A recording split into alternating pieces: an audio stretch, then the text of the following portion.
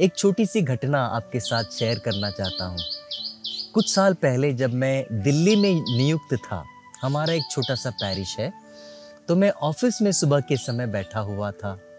सुबह-सुबह एक व्यक्ति मेरे ऑफिस में आता है और मुझसे बातें करने लगता है। वो कहता है कि वो एक प्रोटेस्टेंट पास्टर है।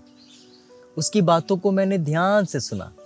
कुछ 15 मिनट तक सुनने के बाद मुझे एहसास हुआ कि वो हमारे धर्म में, कैथोलिक चर्च में दोष ढूंढने की कोशिश कर रहा है और यह साबित करने की कोशिश कर रहा है कि उसकी ही कलीसिया सबसे सही है।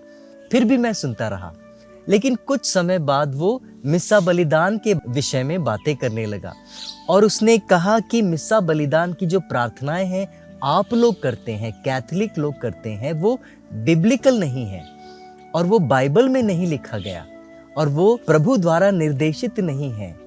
तो मुझे दुख लगा, तो मैं अपने आप को रोक नहीं पाया। तो मैंने उस भाई से कहा, भाई साहब आप थोड़ा समय बैठ जाइए, मैं अभी आता हूँ।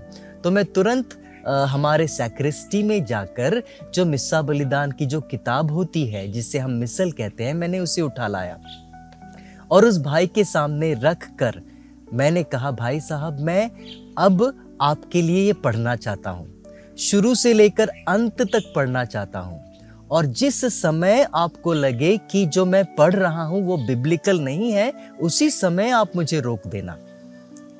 तो मैं पढ़ने लगा। मैं इतने धीरे धीरे और बड़े संयम के साथ में पढ़ने लगा कि वो ध्यान से सुन रहा था।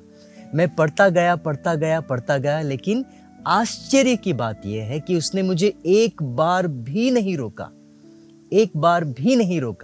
बीच बीच में जब मैं उसके हाव भाव को देख रहा था तो मुझे एहसास हुआ कि कहीं ना कहीं उसके दिल को जो मैं पढ़ रहा हूँ, जो प्रार्थना पढ़ रहा हूँ, मिस्सा की प्रार्थना कहीं ना कहीं उसे छू रही थी। तो अंत में मैंने उससे पूछ डाला और मैंने कहा कि भाई साहब क्या जिंदगी में कभी आपने इतना हृदय स्पर्शी प्रार्थना सुनी है? उसने कहा नहीं। जिंदगी में कभी भी आपने इतनी बिब्लिकल बातें सुनी हैं कोई प्रार्थना में? उसने कहा नहीं। इतनी अर्थपूर्ण प्रार्थना मैंने अपनी जिंदगी में कभी नहीं सुनी। उसी समय मैं जान गया था कि प्रभु ने उसके दिल में सच्चाई का बीज कहीं न कहीं बो दिया है और वो एक दिन प्रभु के पास जरूर आएगा।